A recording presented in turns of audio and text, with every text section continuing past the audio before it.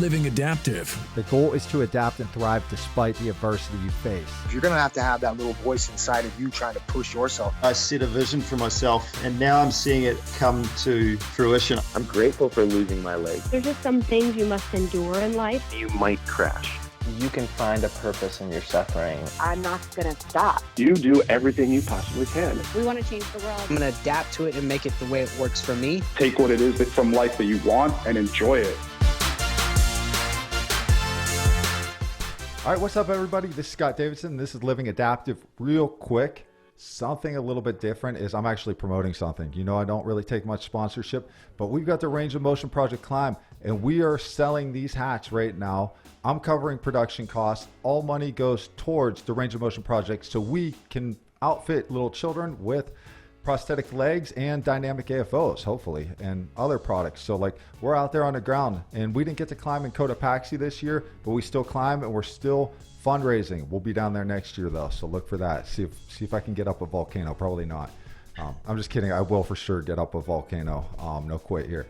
Anyways, we have a ton of Pittsburgh in the house today. I mean, and we got the A team from Zappos, meaning the Zappos Adaptive team here. And I feel really honored to have them here because this is my backyard. And then we're actually from the same hospital. We were born in the same hospital where my feet were corrected too. I got Dana Zumbo here from Zappos Adaptive. Thank you, Dana, for being here. Thanks so much, Scott, for having me. This is awesome. Fellow Pittsburgher, always good to reconnect. Yeah, we got to let our yinzer out in this. People won't even know what we're talking about. I get asked this all the time. People think that I have a connection to some of these areas, and I don't. I have no connections to the modeling industry, anything like that. What does it take for somebody to become a model for Zappos Adaptive? Like, say you're a 40-year-old guy sitting in Anthem, Nevada, like, and you want to be a model for Zappos, like, and what would it take? On a serious note, I'm good, but like, on a serious note, what does it take? What attracts Zappos to these models? No, that's a great question, Scott. And I think first and foremost, it all depends on what we're looking for, whether it's for our website or whether we're doing a social campaign around an event or a fashion show. So we use a lot of models for different things. And I would say the best way to go about becoming a model, we utilize a couple different agencies because they have a lot of different people, a diverse group of people that belong to those agencies. So we're able to really find the perfect person for whatever job is that we're looking for. Yeah, so Zappos Adaptive is located right by the well-known, infamous Fremont Street. And every time somebody comes to town, especially from Pittsburgh, they want to go to Fremont Street. But you're a big organization. You got a lot of fun employees. I hear how much fun you guys have. Like, you're just really jovial bunch getting out there and doing stuff. How do you guys keep it under control at the Zappos Adaptive headquarters? Well, I think one of the best things about being downtown is all of the opportunities around to be able to support all of the new restaurants and bars and places downtown. And a lot of times we go out to lunch and we run into people that we don't really even see within the building. So it's kind of like a random interaction with even employees that we don't get to see on a day-to-day basis. So we can stop, have a drink, and we'll run into, different people that we don't get to see all the time. So it's nice for us as well to kind of intermix with the community downtown. It's freezing in Pittsburgh, Pennsylvania all the time. Like 12 out of 12 months, no. Like, really, it's really cold all the time, and it's a different climate, and it's also different personalities.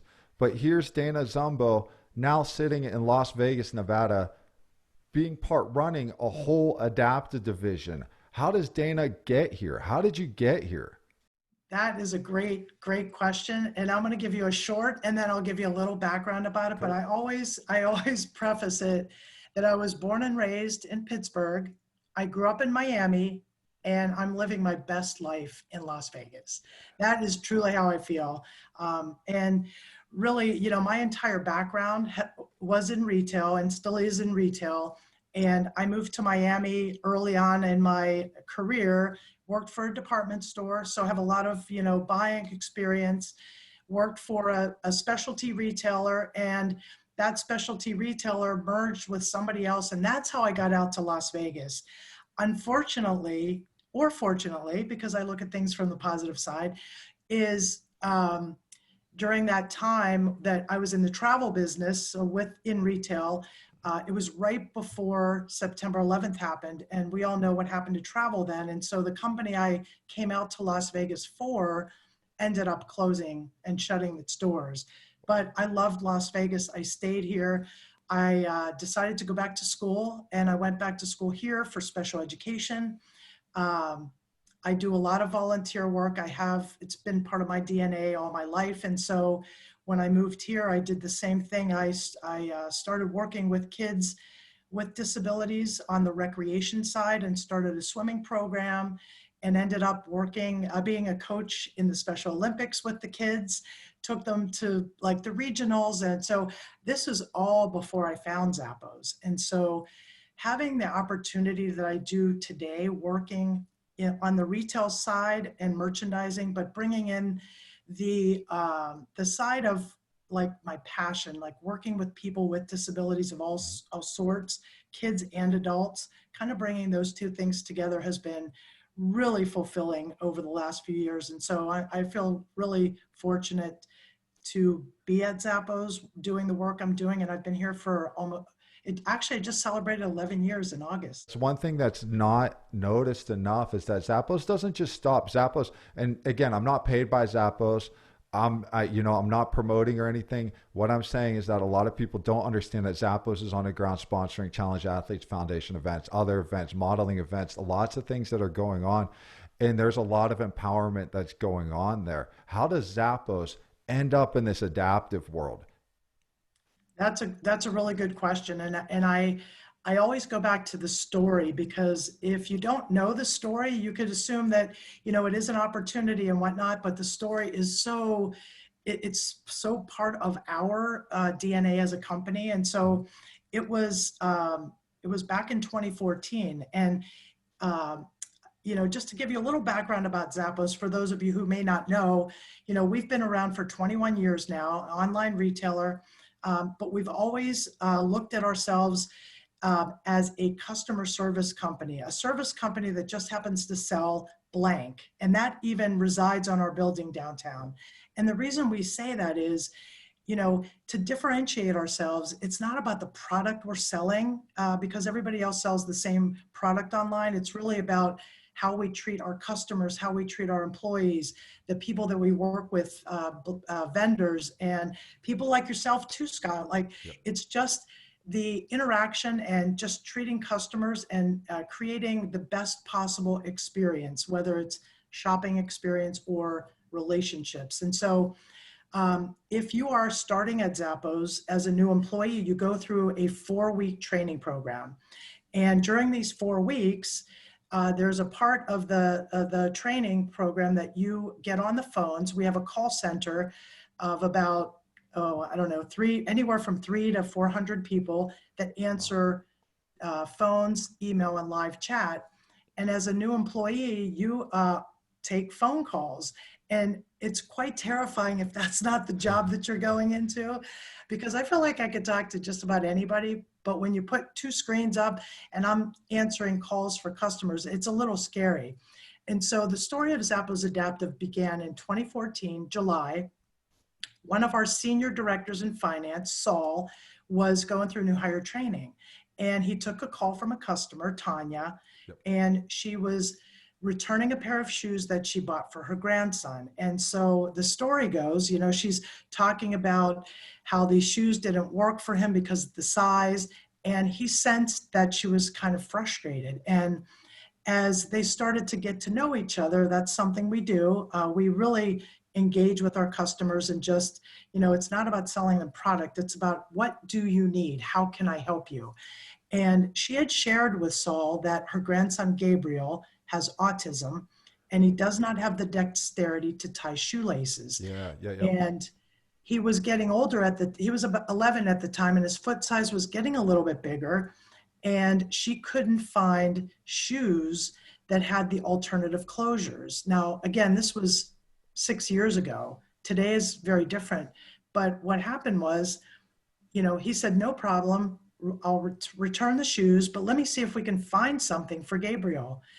And sadly, he couldn't find a solution.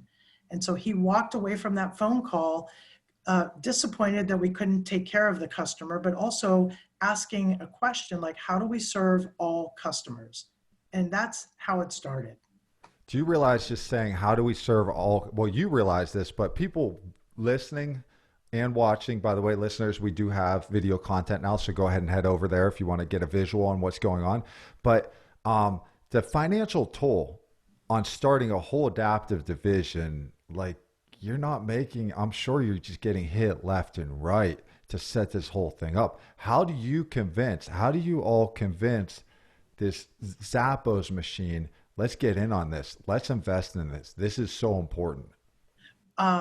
Well, I think it was all about timing, Scott. And during the time that this happened, it took a couple of years to really even get off the ground in terms of building a team of people, doing research. Prior to that, at that time, Zappos was going through kind of like a reorganization of the way that we do business. And it was more on a self-management style where you're taking the hierarchy out of the game, because there's a lot of people with some amazing and really innovative ideas, but if their ideas never get to the right person, then they're kind of like lost. Yeah. And so this whole idea of self-management was and is, if you have an idea and it falls in line with our business goals and our goals as a company, and just like our values and so forth, then we have the opportunity to try it and see what that looks like. Again, it has to have a business aspect, but so when we looked at Zappos Adaptive, and we didn't even have a name for it yet, we looked at this as it is the right thing to do because we knew we couldn't serve that customer. And so that's where it started. And, and from there, we did a lot of research and really learned what the opportunity was. That's amazing. That's really rad that you guys thought, let's do the right thing. You don't hear that in business a lot, This is something we didn't discuss before, but it's an interesting question. I think that you're kind of hitting on, though, on the side of like what attracts you all to models and so forth. And the business aspect is what attracts you to the companies that are inventing these products, like whether it's magnetic buttons or something like that. What is it that you look for? Well, again, I have to go back to like our core of who we are as a company and our values. And we have 10 core values that are really life values. And that's what brought me to the company, because it's very different than any other corporate structure, corporate organization that I've worked with. But looking at the brands that already have product, when we started this journey back in 2014 and on, one of the things that we did was look for product. Is there a product out there after we learned what the needs were? Because that's the first thing. I always say, we can't build something for you if we don't know what you need. So we did a lot of research, talking with people with disabilities, parents with children with disabilities, to find out like, what is it that you need? And it was all around, getting dressed. So what makes it easier to get dressed? After we had that information, then we could do a research on like, what are the brands out there? And, there are a lot of little brands, and we brought on and started with, but there's a bigger, I think a larger awareness today on on disability, the disability community, and what is needed and what is out there. And so I think, we started with product that already existed, but there's so much more opportunity. Oh yeah. When we grew up, like when I was growing up, I mean, like I had to wear like 8 pairs of jeans to cover these legs to survive, like there was way less awareness. I just wanted to be normal. Now I don't want to be normal. Like it's different. Like I want to be me. I'm not normal. I'm born different, and I'm okay with that. It takes a lot to be there, but I do think that what you're doing on the side of this social awareness, because it's not just clothes, it's not just shoes. There's a social awareness every time you pop off. I mean, once we had single shoes come out, what was that, like July? Yeah. I mean, that went everywhere. I mean, every media outlet picked it up, and I'm like, whoa. And then I saw people like me. I think there's one that was a club footer that was up there modeling and a dynamic AFO and everything. I'm like, this is rad. This was never happening in 1993. Like, like come on. There's no way that that was gonna be there. One thing I gotta ask though is like, you have a huge stage. You guys have the stage. That's the reality. Is you have the stage. You have the team. I hear so many good things about the team behind the scenes, from your PR team to your even your photographers you work with, everything. You have this beautiful stage, and you've built this side where we talked about, hey, we're now doing single shoes. We've got huge mega corporations giving you a single shoe. Like, where do you see yourselves fitting in, and like maybe even going further in inclusivity? I feel greedy to ask, is there more? But in a way, is there more? Well, yeah, no, it's a good question. I think we're just at the very beginning, to be Wow. honest. I think our biggest opportunity right now, from our perspective as Zappos Adaptive, is really working with other brands and having the conversations around what makes product more accessible. What is, when you're designing product, design with inclusivity in mind, because then by the time it gets to the market, it really is already built for all. And so I think those conversations that we're having right now are, really exciting to us, because we've been on this journey for a little bit longer than some of the companies. And so now they're asking curious questions. How do I make my product more accessible? And so by having the opportunity to work with our brands that we've been working with for 21 years, and now in a different way, is really, really exciting, because it's going to take a lot more people to be part of this to really make an impact on the community. I would love to be in a conversation where you approach Nike and say, hey, can we get a couple, like a few thousand single pairs of shoes in various sizes? There's got to be a complicated situation, right? Well, what's interesting about singles is, because it's a test, and you're right, we launched July 14th as a test. And just a little background about where that even came from, because it ties into what we just talked about. And having a call center for, I think 17 years we've had our call center, something like that, maybe not quite that long. But over the years, we've heard that they get calls from people asking, hey, can I buy a single shoe? And a lot of times we don't have the opportunity to be able to serve them with selling them a single shoe. What happened was, when Zappos Adaptive launched, we launched our website in April of 2017. That was after we did all the research and everything. And as soon as we launched our website, we started getting requests for single shoes or two different size shoes, like on a continuous basis. Wow. And it was that feedback that allowed us to be able to launch a program like this. That's wild.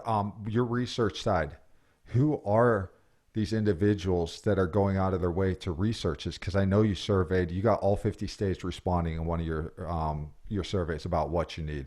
I'm pretty well aware of that. And who's out there on the ground being these soldiers to go find out what's needed? I love that you said that. Well, you're looking at one of the soldiers. I know. So I know. we are, and again, we are a small team within Zappos, but we have all of Zappos behind us. And the way that came up actually was, we decided we had a pretty engaged audience on our social channels. Oh, yeah.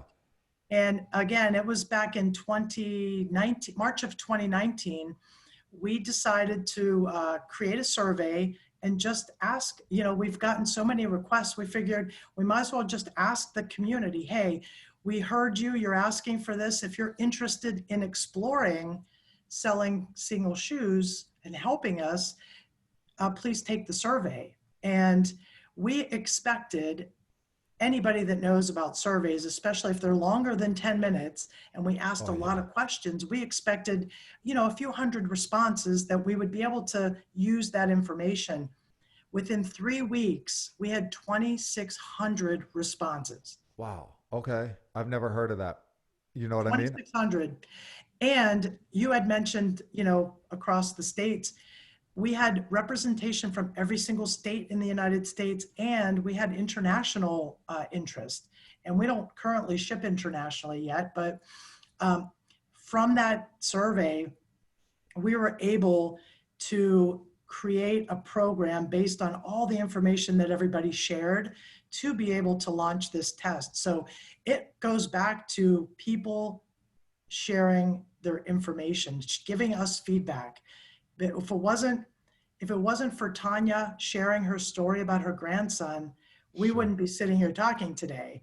And so it's that important that we are open to listen and take feedback. And can we do everything all at once? No, but we're open to listening just to make sure that we know what, we have to know what the needs are, as I mentioned before we can create something. The community gave us so much information. We were able to build a program to test, and it was a very successful launch. And it proved that this is something that is needed out there, just based on what we initially saw. When you think of all the organizations you partnership and all the athletes you partner with too, like not just athletes, but adaptive individuals, personalities, models, comedians, like across the board, bodybuilders to just everyday people. Like there's so many people you're juggling. There's so much stuff to go on. Do you ever feel like you feel bad? Like sometimes you just can't get every person, every athlete, every individual. You know what I mean?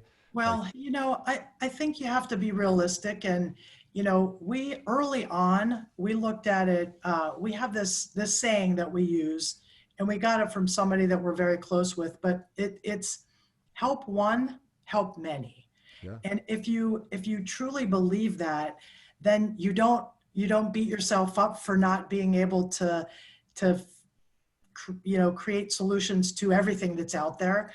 I know, I think as we learn about what the needs are and what people are looking for, we're able to look at, what it is and start, really just kind of starting from ground zero and looking at how can we provide a solution for this particular need. And we just look at it that way. I would say I love talking with other people and learning, what other people are looking for. I mean, that's what we're here for. We're here to listen and, I think one of the things also that is valuable to us is we can take that feedback. And because we have these relationships with our brands for 21 years, and I just had a call today with one of them, and it's so fulfilling when they're asking the questions and they're saying, hey, how can we make our product more inclusive, more accessible for more people? And I think, with that feedback that we get, we can take the feedback and really share it with our vendors so they know what the opportunities could be. Do you see Zappos Adaptive taking on like kind of a role of a centralized location where we could know not just like gear and everything that's going on, but maybe conventions, maybe other things, like being that you have resources, it'd be cool. I mean, we're Vegas. Come on, come into town and hang with us, right? Hey, you never know. And you're right. I mean, we look at ourselves like it's the very, what I think when we initially started, we knew it was about serving our customers. Sure. And because we're shoes and clothing, we can serve our customers there. But what we learned is there is a lot of opportunity. And that's why, you had asked about models early on. We obviously didn't think of that right off the top, However, we had people from the disability community saying, hey, listen, if you're going to provide photos of products and sell products that work for us, let us be represented on your website. We're like, absolutely. And so that was our first photo shoot. And it was just, and I think as those things come, we will just jump in and figure it out as we go. I always say there's not a playbook, and that's, we're almost creating the path of what this could look like. And it's, again, we've been on the journey for quite a few years and how we've learned a lot, and people make mistakes and whatnot. And I say, I feel like we have the opportunity today to create a safe space for people to ask those questions that we may not have had back then, because we didn't, there wasn't as many people that were part of the community that we're in right now. Now you have other retailers that are, doing the same thing. Is great, because we need more. And I always say that. When July hit, I mean, that wasn't the biggest break for you guys. You guys have been breaking this stuff forever. You know what I mean? Like, you've been breaking news forever. But for whatever reason, I was like, this is great. And by day 4, I received so many, check this out, check this out, check this out. I'm like, maybe they shouldn't have done that. Our inboxes are getting flooded. It really hit. I don't know. July hit so hard for everybody. But that brings this. You have been around. You've been around the disability community, whether it's with Zappos or prior special education. And you've had a lot of experiences there. You talked about Tanya and her son. And I love to hear something is there a story that sticks out that really forever changed you?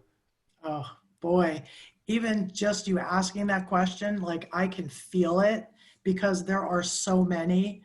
And I think we're very fortunate. Pre-COVID, we were able to have our events and would go to conferences and really be part of the community. And that is very special. To be on the front line and listen and see for yourself. There is one that I remember like it was yesterday, and it touched my heart because of the way that it was. So we were doing a focus group with a brand, and the focus group had adults and children, and we were doing kind of a round table at the end of the day. And the father of one of the boys was, it was his turn and he wanted to share. And when he started talking, he said, it is so important that companies like our companies that were coming together are listening to what the needs are. And he was talking about how just his experience that day for him and his son, and creating product that is going to allow his son to become more independent. And when he said that, he started crying.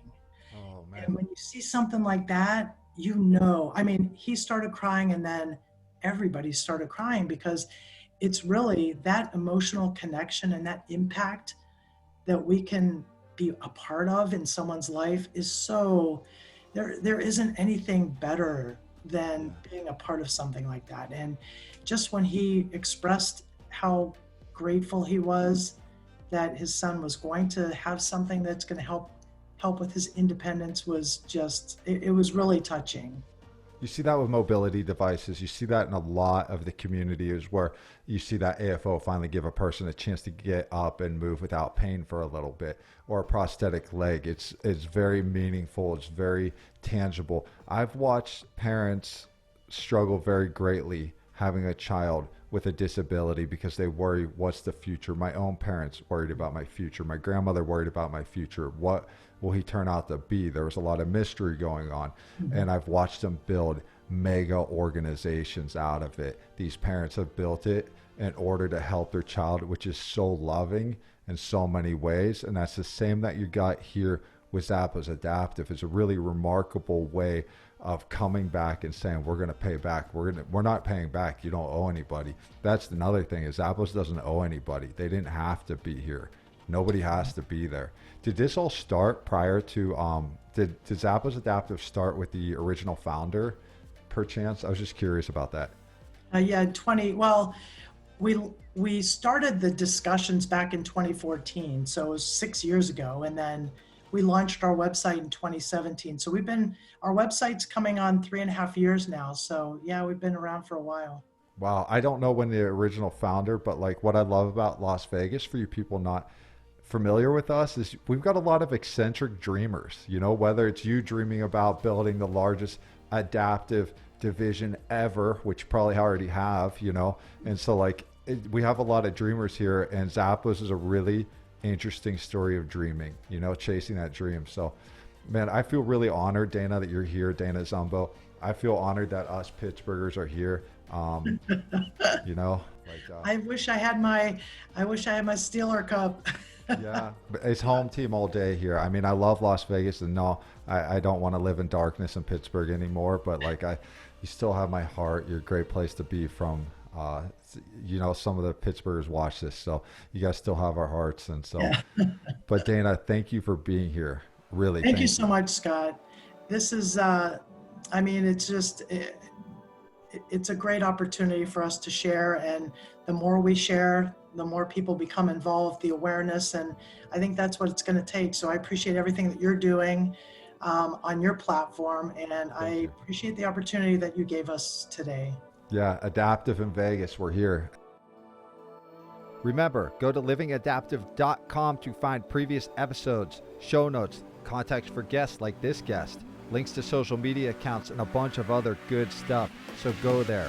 Peace.